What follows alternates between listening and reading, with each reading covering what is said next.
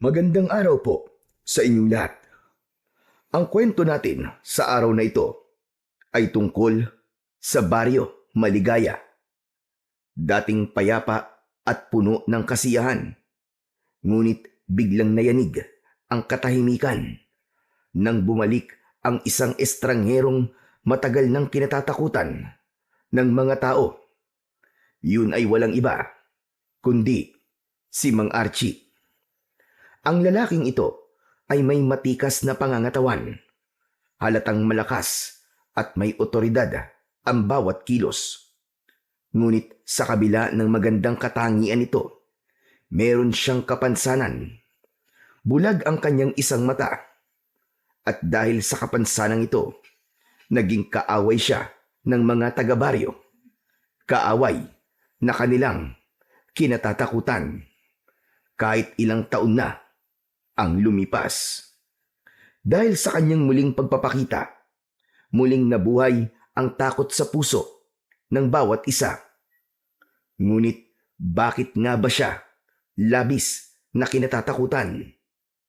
Ito ay sapagkat hindi nila nakalimutan ang unang pagkakataon na siya ay napadpad sa baryong yun. Noon pagdating niya, naging sunod-sunod ang naging kamalasan ng mga tao.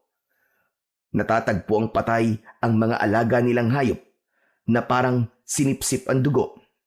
May ilang kababaryo silang nagkakasakit ng walang dahilan at may mga balita ring sinasaniban ng aswang. Lahat ng ito ikinabit nila sa kanyang pangalan. Kaya't para sa mga taga-baryo, si Mang Archie ay hindi lang basta isang estranghero, kundi isang sumpa. At dahil na rin sa kanyang bulag na mata, naalala nilang muntik na nilang mahuli ang aswang at nasugatan nila ito sa mata.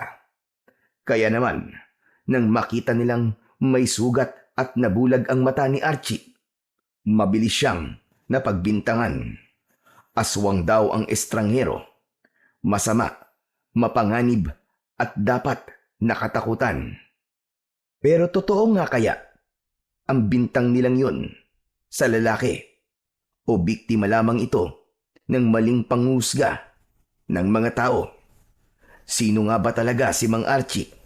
Kaaway ba siya o siya mismo ang magiging kakampi nila laban sa totoong mga halimaw? Sino ba talaga ang dapat nilang pagkatiwalaan? Tara, samahan niyo po ko sa isa na namang kwento ng kababalaghan. Isang kwento ng pagkakaisa laban sa nilalang na muling nagbabanta.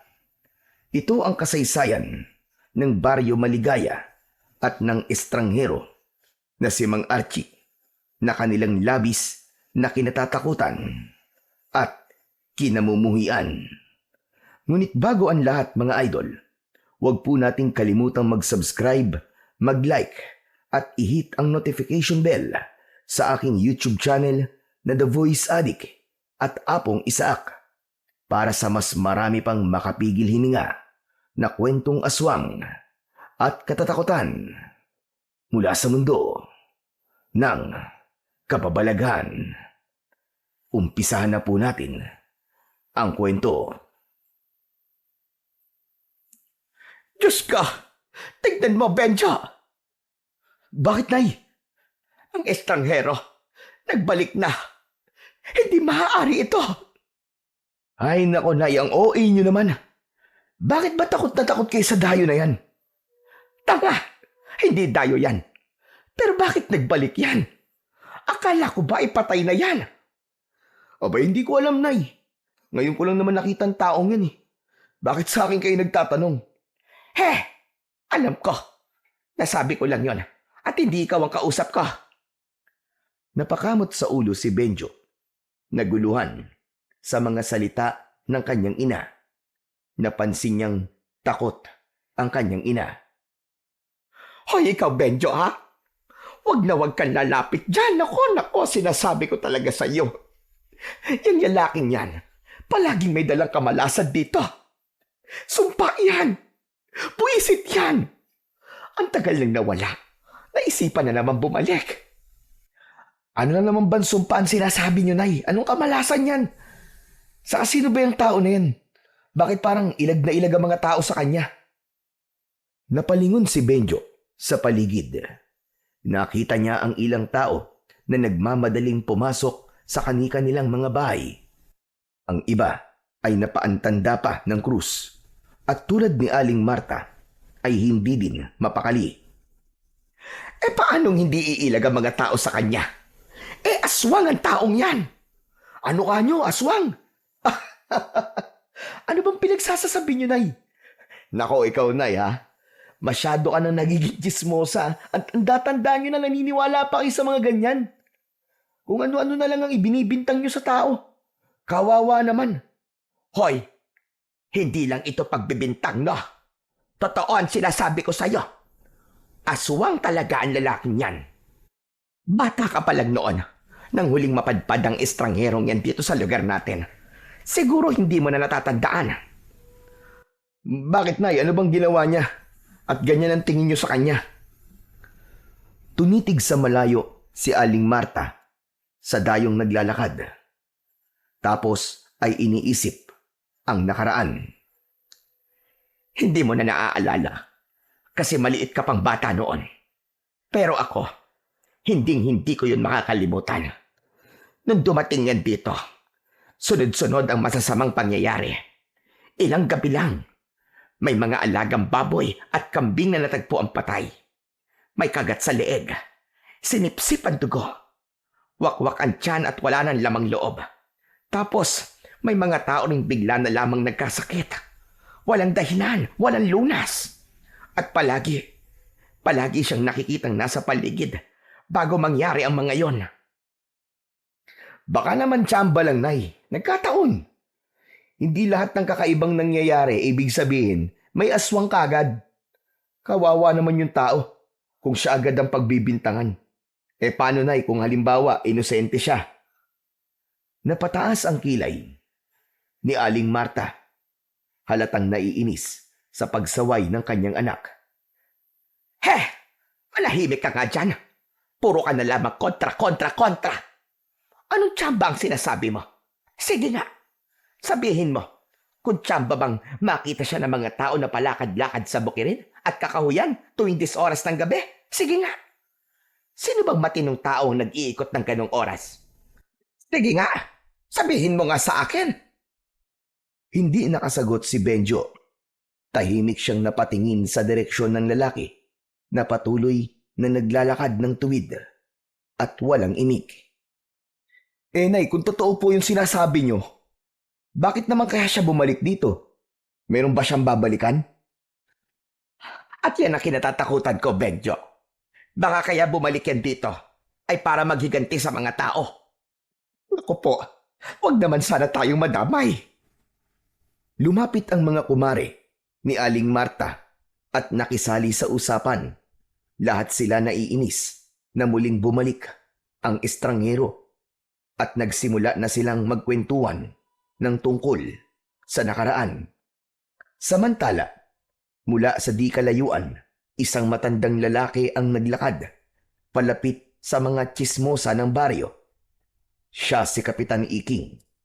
Narinig niya ang usapan ng mga ito at mariing nagsabi ng kanyang panig. Tama na mga paratang na yan.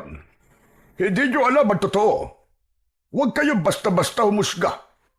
Ang tao minsan, may mga lihim na bitbit. Pero hindi ibig sabihin nun, halimaw na kagad siya. Ay nako, Kapitan. Ikaw pa talaga ang magtatanggol dyan. Hindi mo ba naaalala ang mga nangyari noon? Ilang alagang hayop ang natagpo ang patay at ilang taong nagkasakit na para bang sinasanipan. Sino ba ang palaging nasa paligid? Hindi ba siya? Marta, madaling sabihin yan. Madaling magbintang, lalo na kung takot kayo sa isang tao na hindi nyo pa lubos na kilala. Pero isipin nyo, lahat ng paratag na yan ay salita lang. Bakit? Sige nga, nahuli nyo ba siyang sinisip-sip ang leeg ng hayop? Nakita nyo ba siyang gumagawa ng masama? O puro sabi-sabi lang? Napakamot ng ulo si Benjo. Halatang naguguluhan sa kanyang mga naririnig. Pero Kap, wala naman pong pruweba. Bakit parang lahat po ng tao, iwas po sa kanya? Kahit ako, ewan ko ba? Parang kinakabahan na rin po ako sa presensya niya. Dahil sa takot iyo. Takot na pinalaki ng mga kwento at haka-haka. Pero tandaan nyo, hindi porket naging bukang bibig ng marami, ay katotohanan na kagad. Kailangan nating maging patas. Sa bagay, may punto po kayo, Kap. Kung puro takot lang ang basihan, baka nga mali ang iniisip natin. Napairap si Aling Marta. Hindi kumbinsido. Sos! Nagkampihan pa kayo. Paano kung totoo mga kwento at binabaliwala lang ninyo? Paano kung mangyari ulit yung nangyari noon? Sige nga. Pag nagkasakit ulit ang mga tao o may hayop na naman na mapatay, anong gagawin nyo? Kung ganon, ako mismo ang haharap sa kanya. Ako ang kapitan dito at responsibilidad kong protektahan ang lahat ng mga mamamayan dito. Pero sa ngayon, ang hinihingi ko lang sa inyo, bigyan natin siya ng pagkakataon. Hindi lahat ng dumadating ay kaaway. Minsan, ang hinuhusgahan, sila pa ang nagiging kakampi. Umiling si Aling Marta. Nangibabaw pa rin ang pag-aalinlangan. Bigyan ng pagkakataon? Para saan? Para makapamerwisyo muli? At bakit diyan pa mismo sa bakanting kubo mo siya pinatuloy, Kapitan? Hindi ka ba nag-aalala sa kaligtasan ng mga kababaryo mo? Kapitan, paalisin mo yan dito! Nag-ingay ang mga tao. Ang ilan ay pabor na paalisin ang estranghero at ang iba naman ay tahimik lang pero halatang natatakot. Tama na mga kababaryo! Nauunawaan ko ang takot ninyong lahat. Pero ano bang klaseng tao kayo? Kung ang pagbabasehan lang natin ay puro chismis at haka-haka. Pero Kap, paano po kung mali kayo? Paano kung tama pala ang nanay ko at ang mga tao? Sandaling natahimik ang lahat. Walang nakaimik. Pero si Aling Marta napangiti ng lihim sa sinabi ng anak. Para siyang biglang nagkaroon ng kakampi. Hindi siya makapaniwala na papanig ito. Gayong kanina ay kinokontra siya. Kung mali ako ang mananagot. Naglakad na palayo ang matandang kapitan. Tinungo niya ang kubo kung saan tumutuloy ang estrangherong lalaki. Pagpasok niya, nakita niya ang lalaki na nakaupo sa isang lumang upuan. Hawak nito ang kanyang sentido at nakatingin sa kawalan. Maya-maya pa ay lumingon ito. Hindi ito nagulat nang makita si Kapitan Iking. Sa halip, bahagya siyang ngumiti. Kumusta ka dito? Hindi po masyadong ayos. Narinig ko po mga sinabi nila. Ay nako! Bakit? Hindi ka pa ba sanay sa kanila? Kapitan, sanay naman na po ko at hindi na rin ako nagtataka. Medyo nasasaktan lang ng konti kasi hindi pa rin pala nila nakakalimutan yung chismis nun. Na isa akong halimaw, may dalang gulo at kamalasan. Archie, hindi madali ito. Ang mga tao rito, matagal nang takot sa'yo. Ang pangalan mo, parang sumpa sa kanila. Hindi nila kayang banggitin. Pero sa kabila nito, bakit gusto mo pa rin bumalik dito sa amin? Noon, Kapitan, una ako napadpad dito bilang isang estranghero. Wala akong kamag-anak. Wala akong matirhan. Lahat ng tao iwas sa akin. Sa halip na tulungan ako, kung ano-anong kwento ang ipinagkakalat nila. Hindi pa man nila ako lubusang kilala. Aswang na kagad ang tingin nila sa akin. Pero Huminga ng malalim si Archie bago nagpatuloy sa pagsasalita. Pero ikaw, Kap, ikaw lang ang tumanggap sa akin. Bumalik ako para tumanaw ng utang na loob sa inyo. Sa lahat ng mga taong nandito, ikaw lang ang naniwala na hindi ako ganun, kagaya ng iniisip nila. Hindi ko makakalimutan yun, Kap. Ginawa ko lang naman ang tama. Pero hindi ko rin maitago na nahirapan akong ipagtanggol ka noon. Lahat ng tao galit sa'yo. Hanggang ngayon, dala nila yung alaala ng mga masasamang nangyari noon. At lahat ng yun ay ibinuntun sa'yo. Alam ko yun, Kapitan. At tanggap ko na hindi ko na mababago ang isip nila tungkol sa akin. Kahit ipaliwanag ko na ako'y hindi aswang. Hindi sila maniniwala. Pero bakit hindi mo subukan? Linisin mo ang pangalan mo sa kanila. Hindi ako bumalik dito para linisin ang pangalan ko, Kap. Bumalik ako dito dahil may banta. At ayokong hayaan na masira ang baryong ito sa kamay ng mga tunay na halimaw. Tunay na halimaw? Ano bang ibig mo sabihin? Tama kayo ng narinig, Kap. Kaya ako bumalik ay dahil may nalaman ako na dito sasalakay ang mga aswang. Ano ka mo? May banta po ng aswang dito sa baryo nyo, Kap. Naku, Sus Mariosep, kung totoo sinasabi mo, malaki itong pasanin para sa lahat. Pero paano natin mapapaniwala ang mga tao kung ganyan ang reputasyon mo? Abay sa paningin nila, ikaw ay isang aswang. Sanay na ako, Kap. Buong buhay ko, iniiwasan ako ng mga tao dahil sa itsura ko. Kinukutsa ako at pinagbibintangan ng kung ano-ano. Pero wala akong pakialam kung anong isipin nila sa akin. Ang mahalaga sa akin, mapangalagaan ko itong baryo mo. Bilang pagtanaw ng utang na loob ko sa inyo, Kapitan. Salamat naman kung ganun. Handa ka magsakripisyo para sa baryo na to, para sa katahimikan.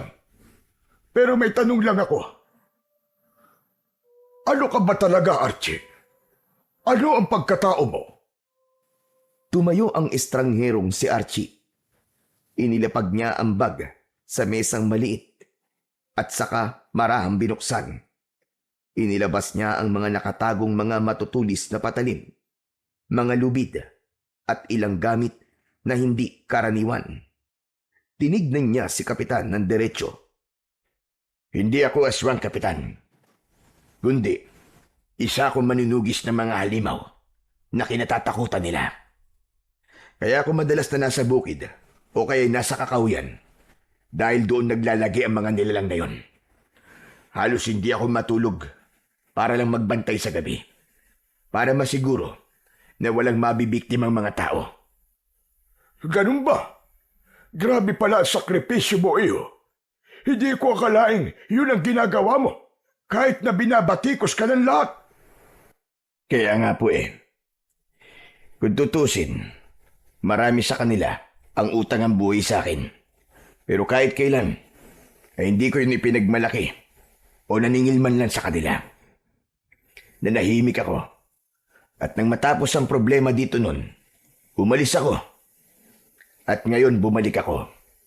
Dahil may nakapagsabi sa akin na bumalik na nga sa baryo ang mga aswang. Kung ganun, hindi pa natatapos ang laban. Hindi, Kap. At baka nga, ngayon pa mas mapanganib. Kung ganun, paano kita matutulungan? Tulungan mo lang ako na hindi ako pakialaman ng mga tao dito. Ayos lang na pag-isipan nila ako ng masama. Basta't wag lang nila akong guguluhin. Mukhang mahihirapan tayo dun Hindi madali ang gusto mo. Alam mo naman ang mga tao dito. Nako, pag nagkaroon ng chismis o isang insidente na may kinalaman sa mga aswang, tiyak na ikaw na naman ang pagbibintangan. Abay baka pati ako pag-isipan pa rin nila ng masama at sabihin, kumakampi ako sa isang aswang. Hindi ko po hinihingi na ipagtanggol niyo ako, Kap. Ang hinihingi ko lang ay katahimikan. Hayaan niyo lang po sila magsalita ng kung ano-ano tungkol sa akin. Ayos lang ho yun. Dahil kapag dumating ang oras na sumalakay ang mga tunay na halimaw, Doon nila makikita kung sino talaga ako. Bakit hihintayin mo pa yun? Pwede naman natin sabihin na sa kanila ang totoo, hindi ba? Baka pwede pa silang makatulong kung sakali. Hindi, Kap. Hindi ko pwedeng sabihin sa kanilang totoo. Kapag ginawa ko yun, baka lalo lang silang matakot. At kung matakot sila, mas mabilis silang magiging biktima. Pero Archie, kaya mo ba ito ng mag-isa? Oo, Kap. Sanay na ako mag-isa. Matagal na. At alam ko kung paano sila kalabanin. Ang mga tao dito, hindi sila handa sa panganib. At kahit ituro ko pa ang lahat ng alam ko sa kanila, baka hindi nila kayanin. Mas mabuti pang ako na lang ang humarap at makipaglaban. Sandaling natahimik si Kapitan Iking. Kita sa kanyang muka ang pag-aalala, pero nandoon din ang respeto sa desisyon ni Archie. O sige, kung ayaw mong ipaalam sa mga tao ito, hayaan mong tulungan kita, Archie. Kung totoo ang banta, lalaban tayo. Salamat, Kap. Pero hindi ko inihingi na ipagsapalaran mo ang sarili mo para sa laban na to. Isa pa, ikaw ang pinuno dito. Kapag ikaw ang nadamay, mas malaking gulong mangyayari. Hindi ba, Ari? Baryo ko ito, kaya kailangan meron din akong gawin. Kailangan mapanatili ko itong ligtas dahil responsibilidad ko ang kaligtasan ng lahat ng taong nakatira dito. Kaya hayaan mo na ako na makatulong. Mas mabuti na sumama ako sa'yo para may kasama kang lalaban. Pero malulupit masyado ang mga aswang, Kap. Papatulan ho kayo ng mga yon. Kahit matanda na kayo. Wala silang patawad. Lahat sasaktan nila. Bata, babae, kahit pa matatanda. Alam ko yon. At dahil doon, mas lalo ko naninindigan na hindi ka dapat na mag-isa. Hayaan mong gawin ko ang aking trabaho, ang ipagtanggol ang mga tao na nakatira dito. Kaya ko pa. Maniwala ka sa akin. Matigas din pala ang ulo nyo, Kap. Pareho lang tayo, Archie. Teka, may hapunan ka ba mamaya? Wala pa po. Pero mamaya ipupunta na lang po muna ako sa turo-turo para doon kumain. Aba, wag na. Kaya ko lang naman itinanong. Ay dahil balak ko talagang magpaluto ng tinolang native na manok mamayang hapunan. Huwag ka nang pumunta sa turo-turo. Dadala na lang kita dito na makakain mo. Naku nakakahiya naman ho, Kapitan. Libre nyo na nga akong patitiran dito sa kubo nyo eh. Ililibre nyo pa ho ko ng pagkain. Ay naku, wag mong intindihin yun. Espesyal ka sa bisita, Archie. Ikaw ang aming bayani dito sa baryo. Kaya dapat lang nabusugin kita. Kung ganun ho ngayon palang nagpapasalamat na ho ko. Wala yun. Siya nga pala mamaya. Pagkatapos ng hapunan, baka gusto mong samahan ako. May lambanog ako sa bahay. Dadaling ko dito mamaya. Kumbaga pampainit lang ng katawan bago matulog. Lambanog ho? Abay, hindi ko ho tatanggihan yan, Kapitan. O ayos! Mamaya, pwede nating ituloy ang usapan. Pwede tayo magplano kung ano ang dapat natin gawin at kung paano natin mapipigilan ang banta ng mga aswang. Sige po, Kap. O siya, iiwan na muna kita at ipapahuli ko muna yung manok na lulutuin ko. Tapos ay magpapaanda ko ng masarap na pulutan nating dalawa. O siya, sige na, magpahinga ka na muna. At siguradong pagod ka sa biyahe. Matulog ka. Ipinaayos ko na kanina ang tulugan mo. Kompleto na yun ang gamit. May unan, may kumot, at kulambo na. Wala ka ng ibang aalalahanin. Bukas, papahiramin na lang kita ng mga kaldero at kasirola para may magamit kang lutuan. O sige, aalis na ako. Maraming salamat, Kapitan. Pagkaalis ng kapitan, nag-ayos na muna si Archie sa loob ng kubo. Nang matapos ay nahiga siya sa banig at nagpahinga. Ngunit paglingon niya, nakita niya ang sarili sa salamin. Napahawak siya sa kanyang isang mata bulag, nakatakip ng itim na tela na parang sa isang pirata. Napabuntong hininga ang lalaki. Bigla niyang naalala ang nakaraan. 20 taong gulang pa lang siya noon nang unang tumungtong sa baryo. Ito yung panahon na hindi pa bulag ang isa niyang mata. Maayos noong una ang pagtanggap sa kanya ng mga tao, pero nag-iba yun nang magsimulang kumalat ang tsismis tungkol sa sunod-sunod na pagkamatay at pagkawala ng mga hayop sa lugar na yon. Siya ang pinagbintangan ng mga tao, ngunit lingid sa kaalaman nila, kaya siya nakikita ng madalas sa bukid tuwing 10 oras ng gabi ay dahil tahimik niyang binabantayan ang buong baryo laban sa aswang. Siya ang nakipaglaban upang hindi mamugad ang mga aswang sa gubat. Plano ng mga aswang noon na gawing aswang ang mga tao sa lugar ngayon para magpalakas ng kanilang puwersa, at natuklasan ito ni Archie. Nang gabing yon, sakto naman na rumuronda siyang mag-isa sa bukirin. Nakita niyang may hinahabol na isang nilalang ang mga tao. Hinabol nila hanggang sa tinamaan ng sibat sa muka. Nakita niyang nasapul ito sa mata. Nagtago ang binata. Tapos ay tahimik niyang sinundan ang mga tao na hinahabol pa rin ang sugatang aswang. Subalit makaraan ang ilang sandali, ang aswang ay nakatakas. Nawala ito sa paningin nila. Dahil hindi na nila nahanap ang aswang, tumigil na sila at nagsiiwian sa kani-kanilang mga bahay. Pero si Archie, siya ang nagpatuloy na naghanap. Nahanap niya ang aswang na sinusubukang pagalingin ang sarili nitong sugat. Kaya't hindi na nag-aksaya ng oras noon si Archie. Sinugod niya ang aswang. Subalit yung inaakala niyang mahina na at naghihingalong aswang ay kaya pa palang lumaban. Inatake siya nito bigla at nakalmot ng aswang ang kanyang kanang muka at sumentro ang kuko nito sa kanyang mata. Dahil doon, kaya siya nabulag. Bilang ganti, sinaksak niya ang aswang ng isang sagradong punyal hanggang sa mamatay ang aswang. Kinabukasan, nang makita ng mga tao ang sugat ni Archie sa mata, agad nila itong iniugnay sa natamong sugat ng aswang. Dahil dito, mabilis siyang nausgahan ng lahat. Para sa kanila, ang pagkabulag niya ay patunay na siya mismo ang nilalang na kanilang kinatatakutan. Doon nagsimula ang takot ng mga tao sa kanya.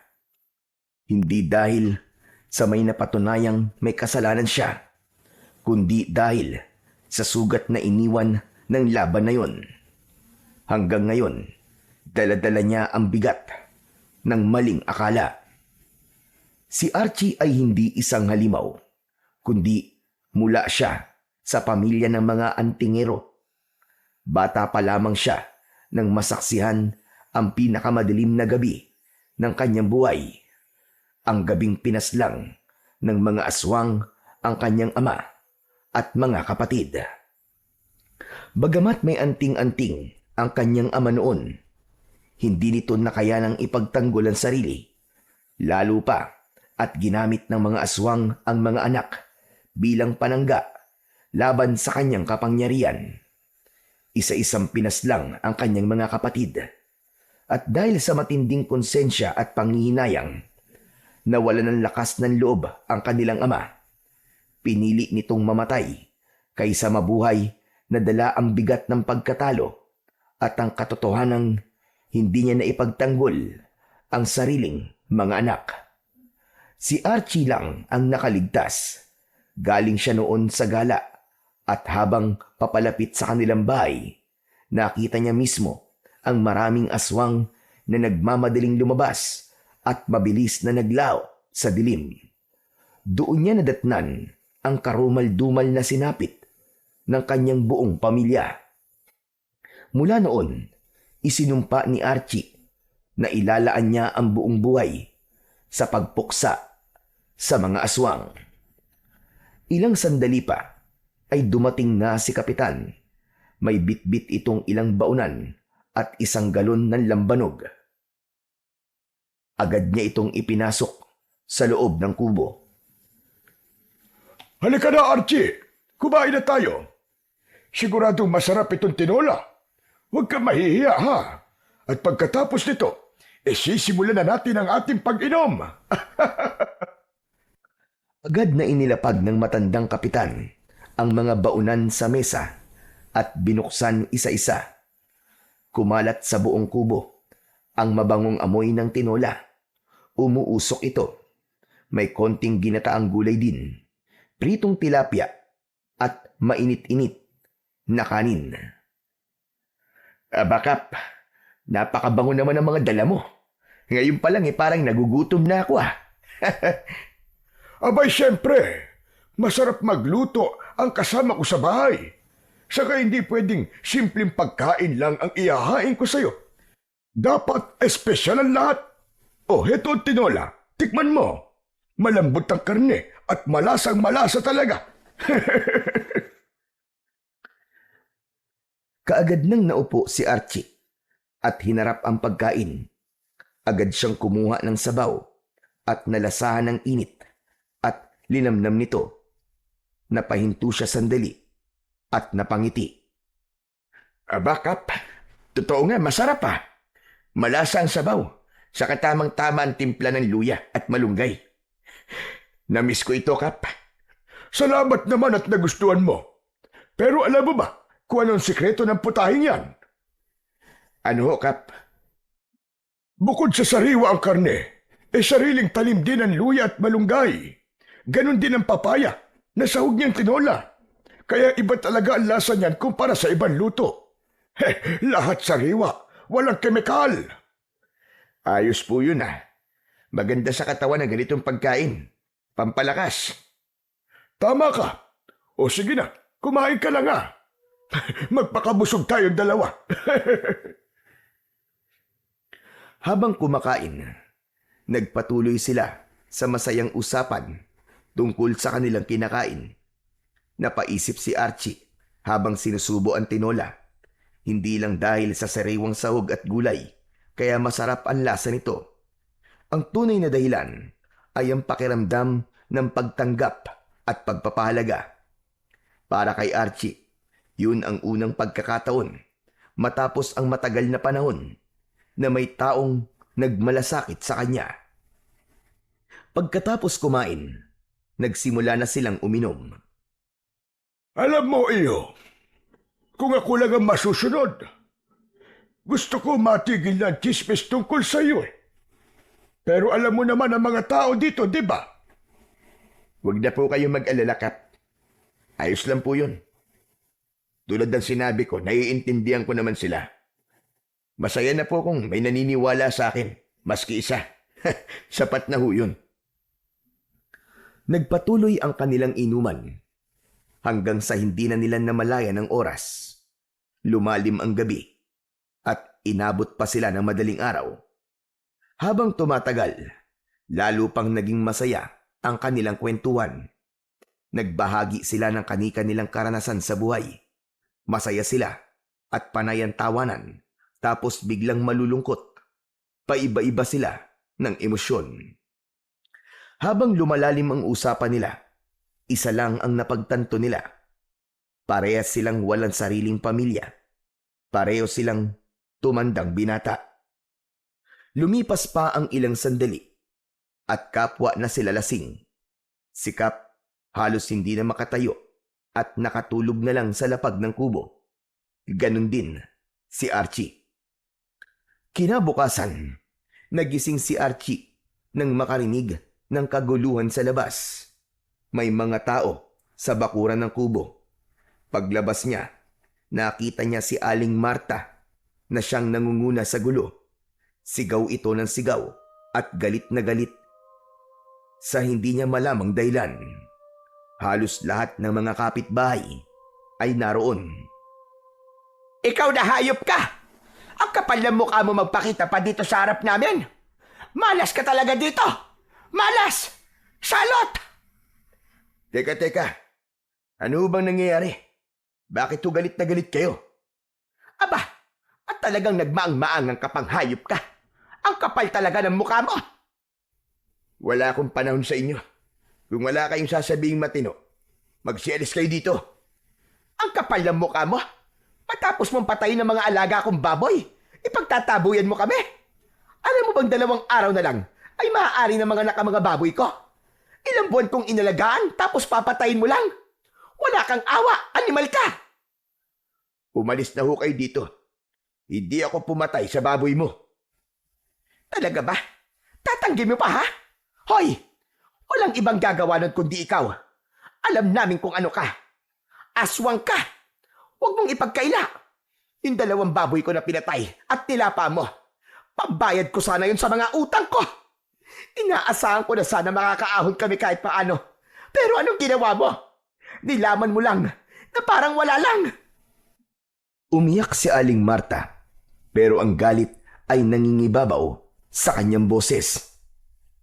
Hindi ka ba tinatablan ng konsensya mo? Kung gutom ka, pwede ka naman mag-alaga ng sarili mong hayop. Pwede kang kumain hanggang magsawa ka. Wala kaming pakialam.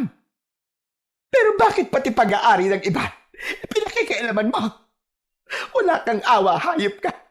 Hayop na walang puso. Demonyo ka. Salot! Hindi ko alam kung anong sinasabi mo. Umalis kayong lahat dito. Lumapit si Aling Marta kay Archie at hindi nagpatalo sa titigan. Matatalim ang kanyang mga mata, puno ng galit at paninisi. Ikaw na salot ka. Hindi ka na dapat pabumalik dito.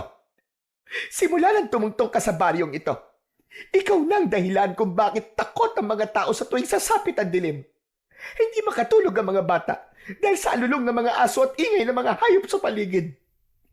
Pati kabuhayan namin pinapatay mo. Wala kang silbi dito. Isa ka lang walang kwentang estranghero na nagpapanggap. Kaya umalis ka na habang maaga pa. Dahil kung hindi, kami mismo maniningil sa lahat ng gulo at malas na dala mo. Tama na. Sobra ka na. Wala akong ginagawang masama sa inyo. Kung may namatay mang hayop sa bakuran mo, hindi ako may gawa nun. Napabuntong hininga ang lalaki. Pinipigilan niya ang sarili na magalit. Manahimik ka na. Wala akong kasalanan. Malinis ang konsensya ko. Manahimik ka. Nagmamalinis ka pang aswang ka. Salot! Aswang! Umalis ka dito. Umalis ka sa baryo namin. Maya-maya pa, habang umiinit lalo ang tensyon, biglang dumating ang binatang si Benjo at naabutan ang kanyang ina na gumagawa ng eksena sa harap ng kubo ng estranghero. Agad niyang hinawakan ng ina at marahang hinila papalayo. Nay, tama na yan, Nay! Nakakayang ginagawa niyo, tara na po! Umuwi na tayo! Huwag kayong gumawa ng gulo dito! Ano ka ba? Kakampihan mo tong estranghero na to kaysa sa sarili mong ina. Anak naman, kinain niya ang 2 baboy natin. Tama na, Nay. Huwag kayong magsalita ng ganyan. Wala ho kayong patunay na siyang may gawa nun. Hindi niyo naman nakita eh. Walang nakakita. Benjo, huwag kang makialam dito ha. Pero, Nay, Pabayaan mo ako. Hindi ko uurungan ng aswang na yan. Malas yan, salot. Lumayas ka ditong salot ka. Demonyo ka. Walang may gusto na nandito ka. Dahil sa sunod-sunod na masasakit na salitang narinig, ay napilitan na si Archie na ipagtanggol ang kanyang sarili. Makinig kayo. Wala akong kinalaman sa mga ibinibintang nyo. Ang inulam ko kagabi, tinola, at hindi baboy. At saka nag-inuman kami ni Kapitan kagabi. Kaya imposibleng ako kumain ng baboy mo. Eh sino? Sige nga. Sino? Sabihin mo sa akin kung sino. Hindi ko alam. Pero kung sakali mga aswang ako, hindi ako dito mambibiktima. Lalo na't alam ko na na pinagbibintangan niyo ako. Tanga lang ang gagawa nun. Tama ba ako o mali? Natahimik ng sandali si Aling Marta. Ganon din ang mga tao na nagsimulang magtinginan sa isa't isa. Magaling ka lang magpalusot. Pero tong sinasabi namin sa'yo, humanda ka kapag may nangyari pang ganito. Dahil kung hindi, mapipilitan kaming gumawa ng anumang paraan para mapalayas ka na dito ng tuluyan. Nay, ano ba? Tama na sabi. Huwag niyo nang palalain ang sitwasyon. Hindi na maganda yung mga sinasabi niyo eh. Abang nagtatalo pa ang mag-ina, tumalikod na si Mang Archie at papasok na sana sa loob ng kanyang kubo. Ngunit bigla siyang natigilan nang maramdaman niya ang malakas na pagtama ng bato sa kanyang likod. Napahinto siya at marahang hinaplos ang bahagi kung saan tumama ang bato. Dahan-dahan siyang lumingon. Tinignan niya ng masama ang mga tao. Tatalikod ka talaga! Hoy! Kahit ikaw pa ang pinakamabangis na aswag dito, hindi kita uurungan! Hindi ako natatakot sa'yo! Gusto mo maglaban tayo ngayon eh! Ipakita mo ang tunay mong anyo!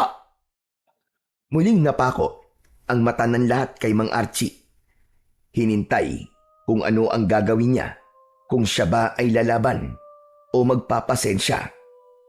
Habang patuloy na nag-iingay ang mga tao sa labas ng kubo, lumabas mula sa loob si Kapitan Iking.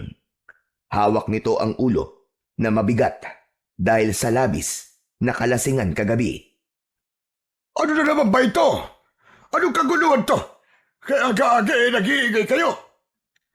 Ayan, Kapitan. Namatay ang 2 baboy ko kagabi. Manganganak na mga yun eh. Sayang na sayang. Ayaw niyo naman kasing maniwala sa akin eh. Aswang ang lalaking yan at sigurado ako na siya na naman ang may kagagawan nun.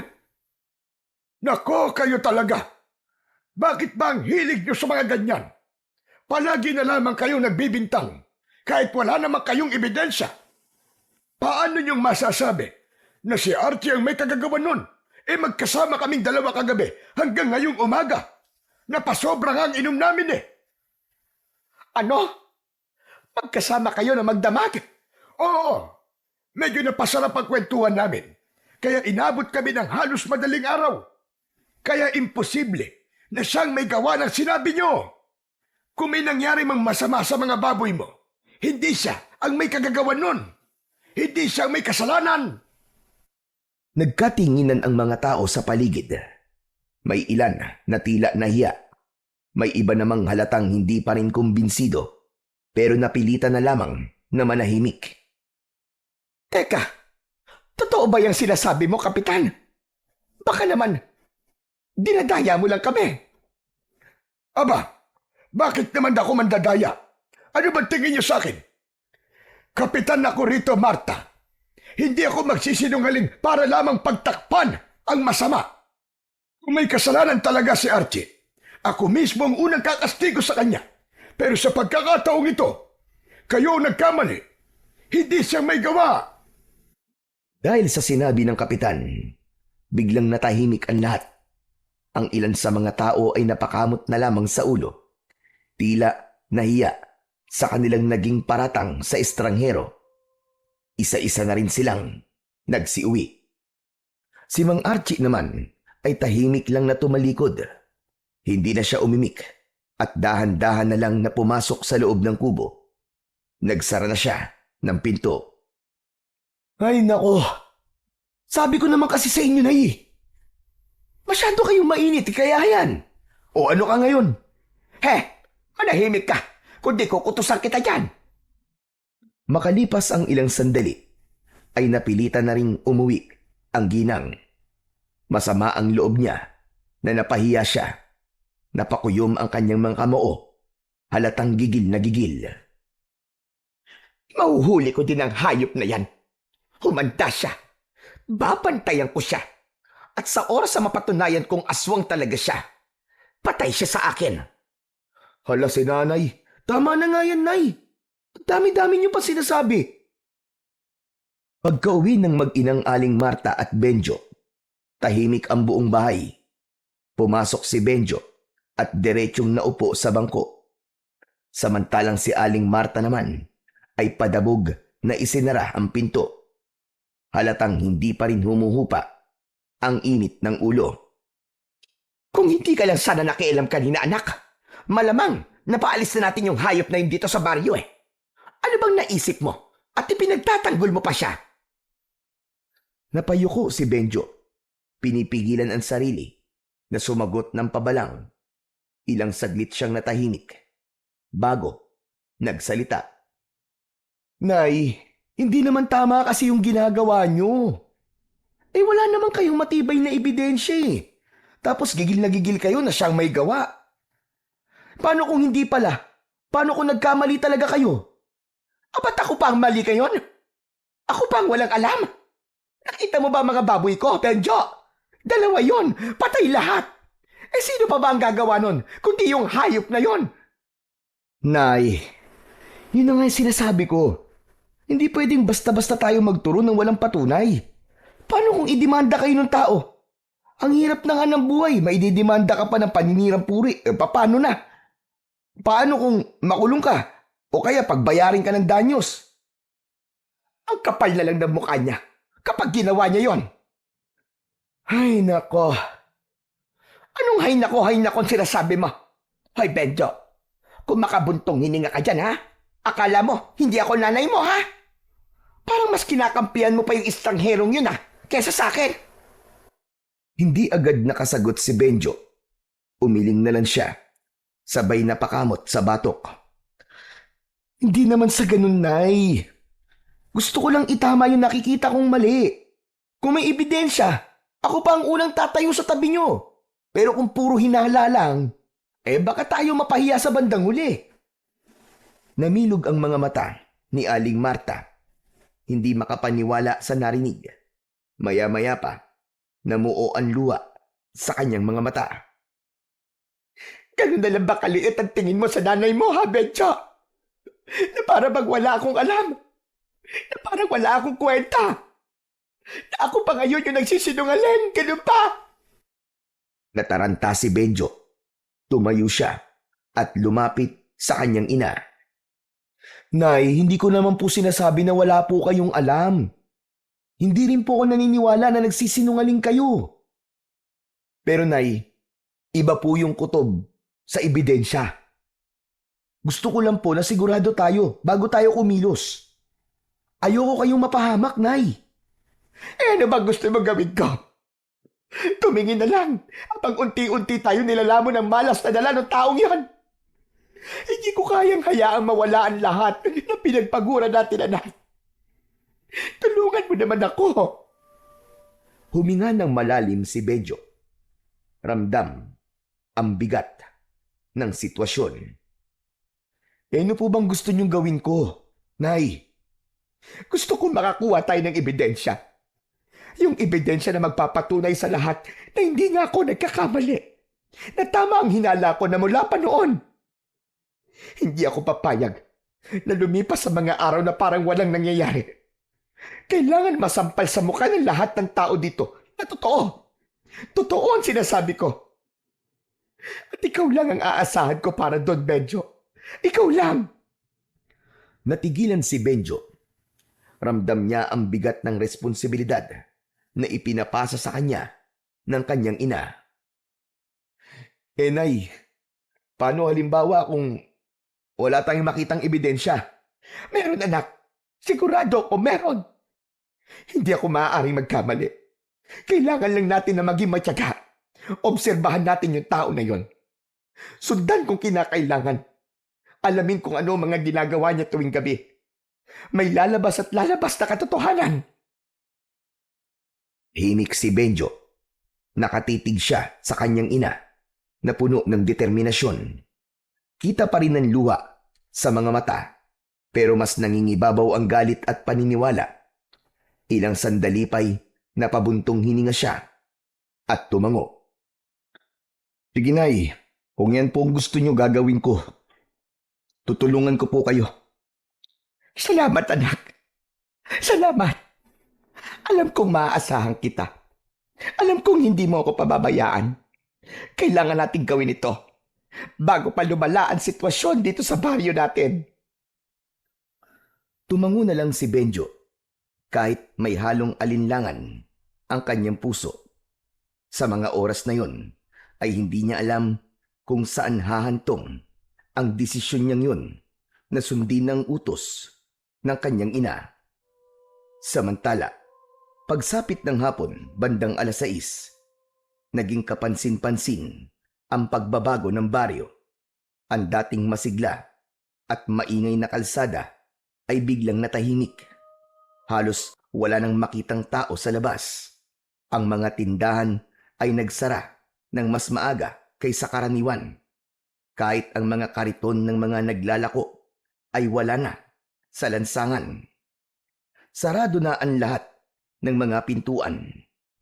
May mga nakatali pa na lubid at tinakpan ng itim na tela. Lahat ay takot na takot. Hindi lang bahay nila ang nilagyan nila ng proteksyon, kundi maging ang mga kulungan ng hayop ay nilagyan din nila ng mga pangontra.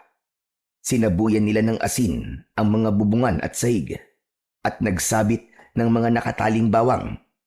May ilan na naglagay pa ng krus na yari sa kawayan at itinusok sa harap ng kulungan ng mga hayop. Samantala, sakto 10:00 ng gabi, naghanda si Benjo. Hawak niya ang maliit na flashlight at isang pamalo na matulis ang dulo. Lumabas siya ng bahay at naglakad sa kalsada. Papunta siya sa kubong tinutuluyan ni Mang Archie upang doon ay magmanman. Mabigat ang kanyang loob na gawin yon.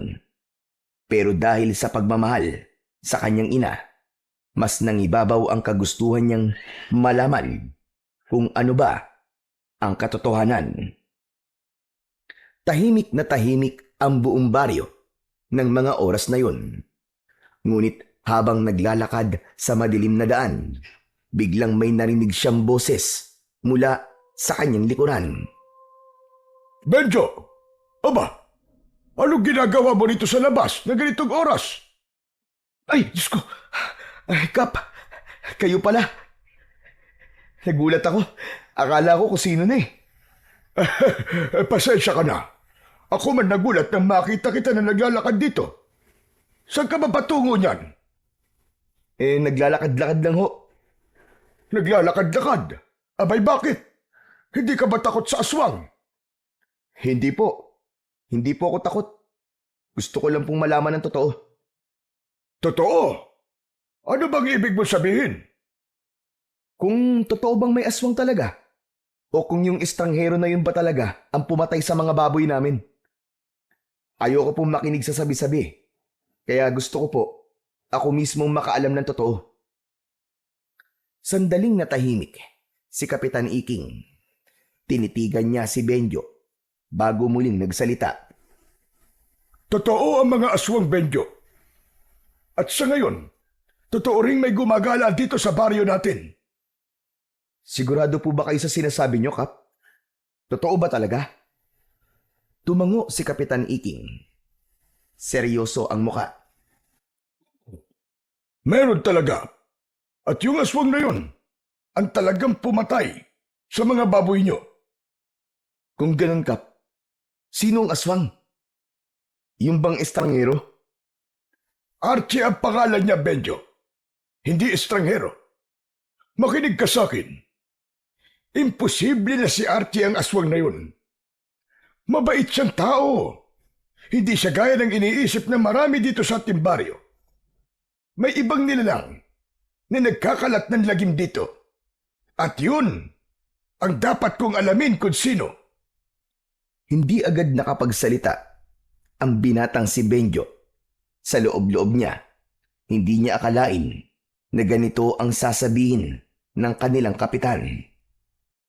Kung ganun, Kap, bakit mag-isa lang kayo? Hindi ba mas mabuting magpatawag kayo ng mga tanod para samahan kayo?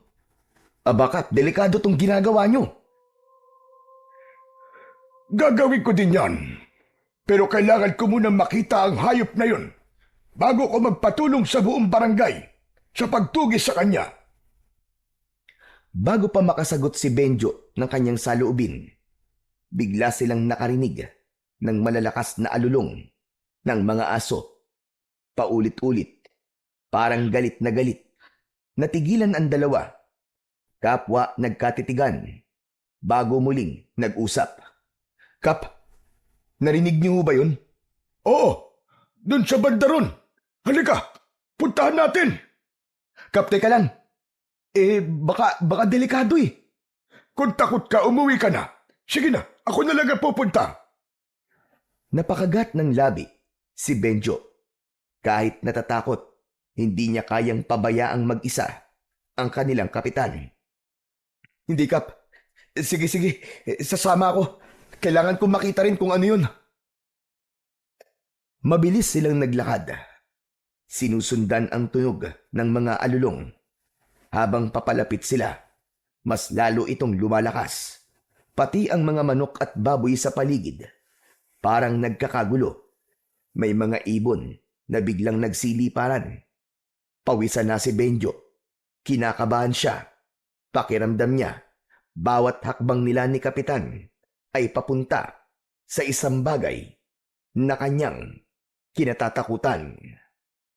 Nang malapit na sila sa isang bahay, biglang tumigil si Kapitan Iking.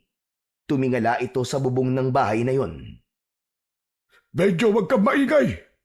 Tignan mo, hayon, may aswang. Dahan-dahang tumingala din ang binata at doon halos manlumo siya sa kanyang nakita.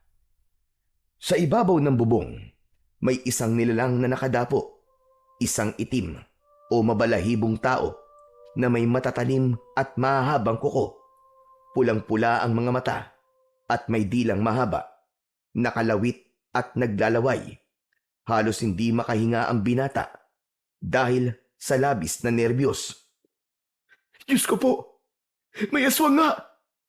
Nakakatakot ang itsura niya, Kap! Mabilis na hinugot ni Kapitan Iking ang dala niyang matalas na itak. Huwag kang maingay, Benjo.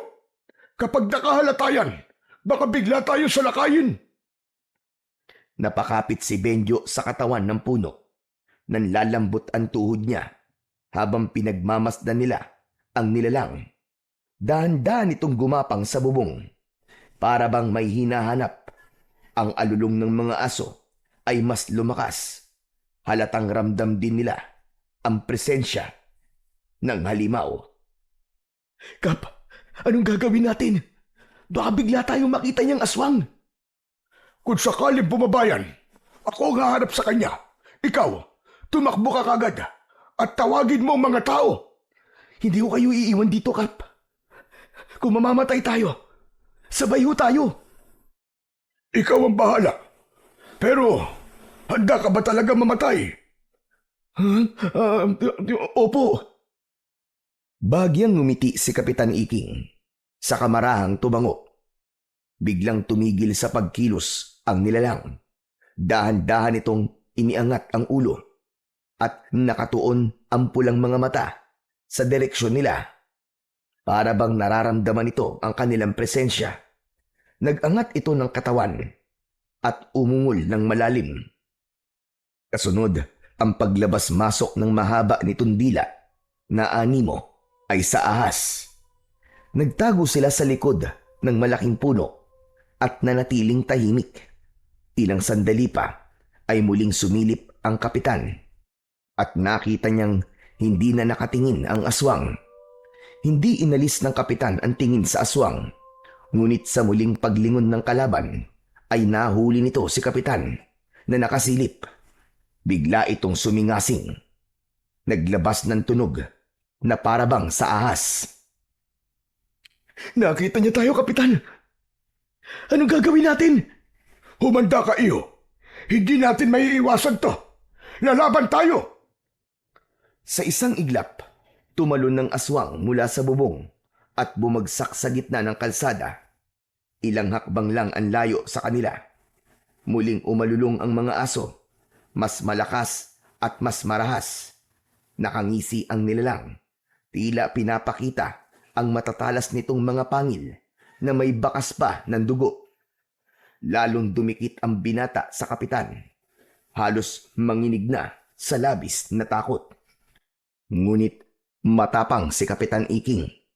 Sa tindig nito ay hindi niya uurungan ang kalaban. Handa siyang makipagsabayan at makipaglaban dito. Walang hiya ka! Ginilo mo ang baryo kong hayop ka! Humanda ka! Hindi kita mapapatawad! Tatapusin na kita ngayon!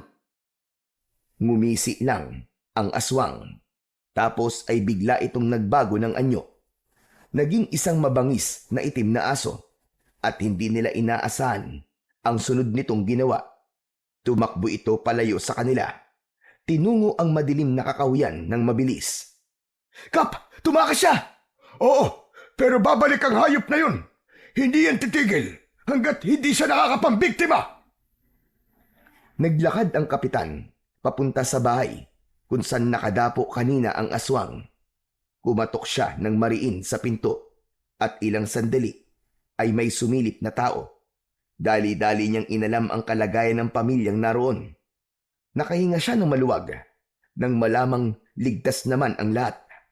Nag-alala siya ng gusto dahil alam niyang may bagong panganak na sanggol sa bahay na yon. At alam niyang yun ang dahilan kung bakit nakadapo ang aswang sa bubong ng bahay. Punterya nito ang inosenteng sanggol. Matapos masiguro ang kaligtasan ng pamilya, mabilis na nagdesisyon si Kapitan Iking. Hindi siya maaaring maghintay pa. Kailangan niya ng kakampi sa gabing yun.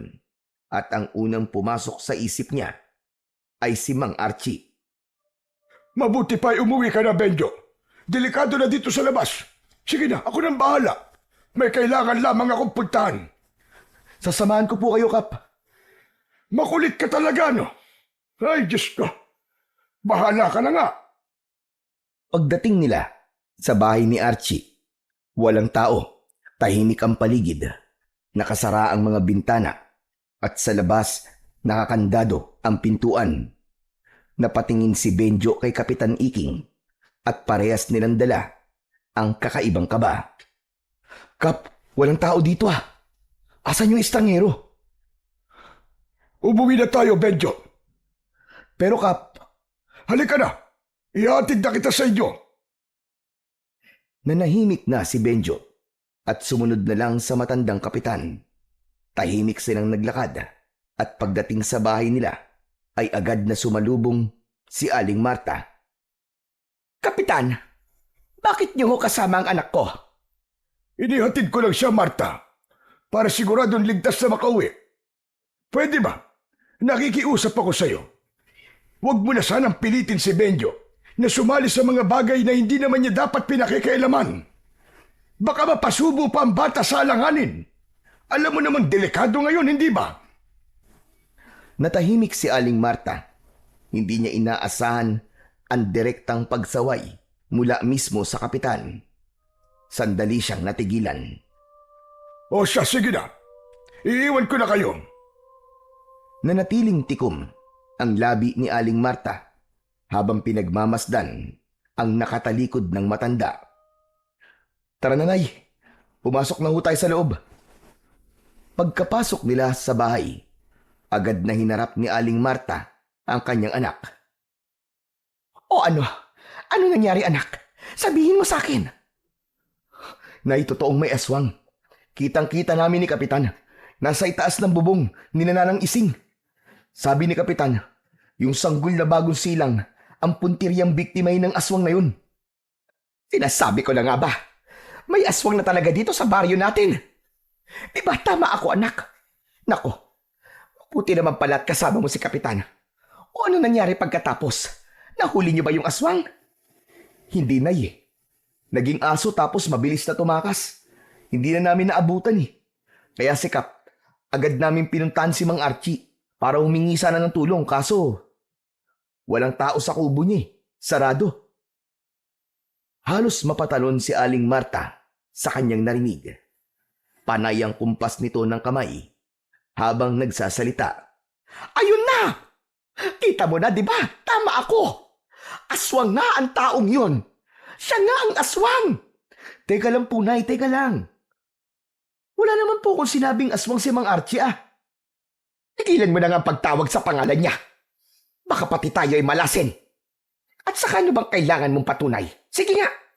Hindi ba sapat na kung kailan kayo nakakita ng aswang, saka naman siya wala sa bahay niya? Isipin mo ha, habang ang lahat dito sa baryo ay takot na takot, siya lang ang may lakas ng loob na gumala sa gabi. Anak, estranghero ang lalaking yon. Wala tayong alam sa kanya. At sa tingin ko, siya talaga ang aswang. At mananagot siya sa lahat ng mga kasalanan niya. Sandali lang, Nay. Huwag naman po tayong basta-basta gagawa ng konklusyon. Hindi pa sapat na ebidensya yun para sabihin si Mang Archie nga ang aswang. Bakit ba? Lagi mo nalang pinagtatanggol yung taong yon. Bakit palagi mong binabanggit ang pangalan niya, ha? Close ba kayo? Hindi ko naman po siya pinagtatanggol, Nay. Ang sinasabi ko lang, hindi ako sigurado kung siya nga o hindi ang aswang. Iba yung itsura ng aswang, Nay. Hindi siya mukhang tao. Tumahimik ka. Sinabi ko sa'yo, walang alinlangan. Siya ang aswang. Itaga mo yan sa bato. Hindi ako kailanman nagkamali sa kutob ko. Natahimik si Benjo. Napatingin siya sa sahig at sa loob-loob niya, nagsimula na rin siyang magduda sa tunay na katauhan ni Mang Archie. Pero may parte pa rin sa isipan niya na ayaw niya agad na mangusga. Kinabukasan, mabilis na kumalat ang balita tungkol sa aswang na nakita ni na Kapitan Iking at Benjo. Sa bawat sulok ng baryo, ito ang naging laman ng usapan ng mga tao, sa palengke, sa tindahan, at maging sa mga labahan sa tabi ng ilog. Iisa ang binabanggit nilang pangalan, si Mang Archie. Lalong lumakas ang hinala ng mga tao na siya ang may kagagawan ng lahat ng kaguluhan. Ang dating nakikiusyoso lang, ngayon ay hayagan ng nagsasalita laban sa kanya. Marami ang nagsimulang mag-udyok na dapat na siyang mapalayas bago pa man lumala ang sitwasyon. Hindi nagtagal, nagpatawag ng pagpupulong si Kapitan Iking sa plaza. Mabilis na dumagsa ang mga taga-baryo.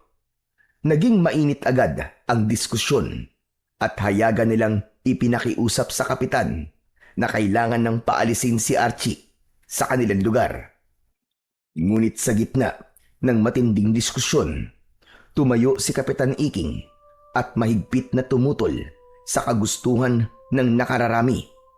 Hindi siya pumayag na basta na lamang paalisin si Archie dahil alam niyang wala talagang kasalanan ang lalaki.